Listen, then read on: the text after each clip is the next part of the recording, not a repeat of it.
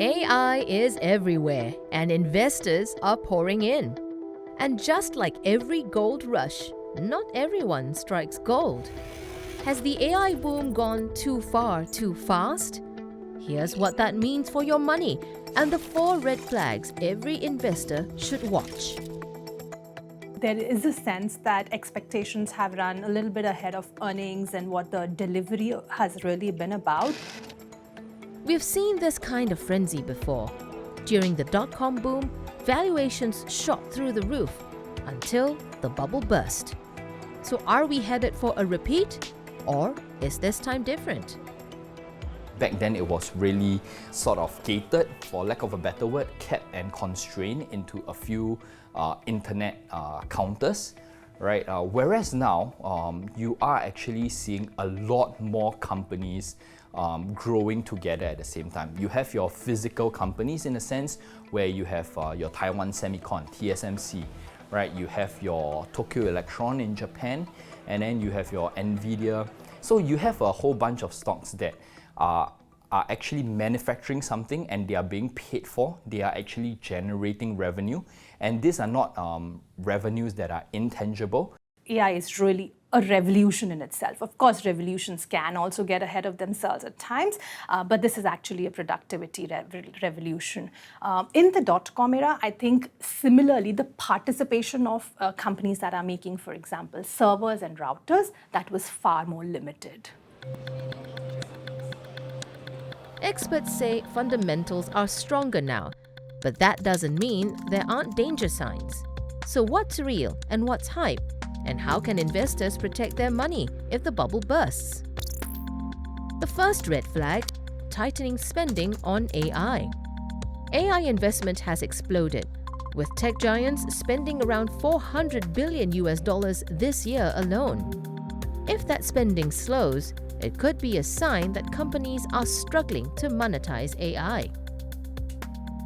We have a lot of these cash-rich companies in the tech space that have been able to drive it. But if the economy slows, if the budgets start to tighten, then the spending starts to be pulled back. And that is certainly a sign where investors need to be fully aware as to where they are putting their money in. Second, watch out for supply and demand shifts in the AI market. Increasing competition could push AI model prices down, signaling less profitability for companies. Right now, again, we have a little bit of a limited supply in terms of what the AI market needs and quite a strong demand. If we see more and more models coming in, does that mean OpenAI needs to do some promos, start reducing the price of its models, for example? If that is the case, if you do see pricing going down, I think that is a big sign as well that supply is catching up, competition is catching up, and this could mean a little bit of a pop or out of that bubble that we are seeing potentially. On the demand side, reports show that fewer than 20% of companies using AI have reported gains to their bottom line so far. If that doesn't improve, demand could cool. And fourth, AI may be digital, but it relies on physical supplies like energy and materials. Policy shifts can turn these off overnight. If in the horizon, there's a change in policy, as we saw with China suddenly launching a rare earth export control, or President Trump suddenly launching another whole new slew of tariff rates, right? Then the regular investor is going to get burned, right? So you want to control your exposure. So what can you do if parts of the AI market are starting to look bubbly? First, avoid hype-driven bets. Look for companies with strong earnings and revenue growth and clear use cases for AI. How I really evaluate it is by looking at, does the company's revenue go up because they're using AI, or does it start to save some cost because they're using AI? And I think that's where it helps me to answer the question that their profits can be doubled, tripled, quadrupled in years to come because of use of AI. You can also invest in companies building the backbone of AI, not just big tech names with huge valuations. These so-called picks and shovels may not have as much upside, but tend to be more resilient. when we talk about AI, the picks and the shovels are the semiconductor equipment manufacturers. They are the power companies, the utilities, the data center companies, for example.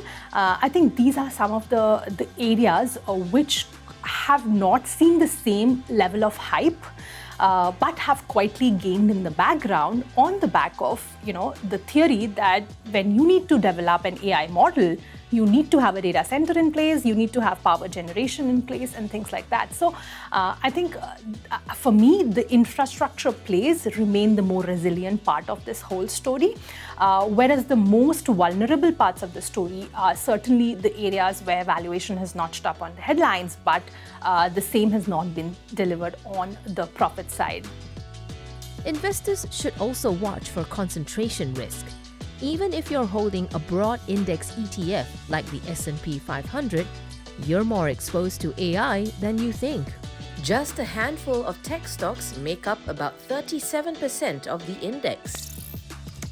One solution is active management of your portfolio instead of relying on an ETF. Add defensive sectors like healthcare and utilities, which can balance your portfolio if the AI rally slows. Concentration risk also means it's important to diversify globally. You can look at ETFs and stocks in Asia, particularly South Korea and Taiwan, which are part of the AI value chain because of their semiconductor equipment manufacturers. You can also take smaller positions and wait for a potential pullback. Let's say you generally tend to go in with $10,000, for example, $10,000 as part of your investment. Maybe you want to cut that amount by half, right? So you go in 5,000, so that if there is a pullback in the markets, you do have a war chest of 5,000 to continue to DCA or lump sum invest. Alternatively, if the markets continue to rally, right, that 5,000 that you have initially invested will continue to grow and you don't miss out on the gains. Experts say this is just the start of a long-term revolution. So even if there are short-term pops of the bubble, there is still plenty of room for growth as long as you invest wisely and diversify actively.